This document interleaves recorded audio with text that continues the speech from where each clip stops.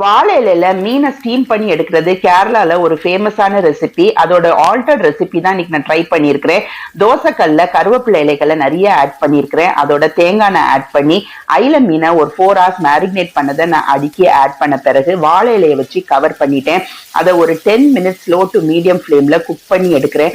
மறுபடியும் அதை நான் திருப்பி போட்டு மறுபடியும் வாழை இலையை வச்சு கவர் பண்ணி ஒரு 10 minutes குக் பண்ணி எடுக்கும் போது சூப்பரான ஃபிஷ் ஃப்ரை உங்களுக்கு ரெடி ஆயிரும். எண்ணெயும் உங்களுக்கு ரொம்ப செலவாகாது. வாழை இலையில பாத்தீங்கன்னா அதிகமான பாலிஃபினால்ஸ், ஃபிளவனாய்ட்ஸ், ப்ரோ ஆந்தோசைனிடைன்ஸ்லாம் இருக்கு.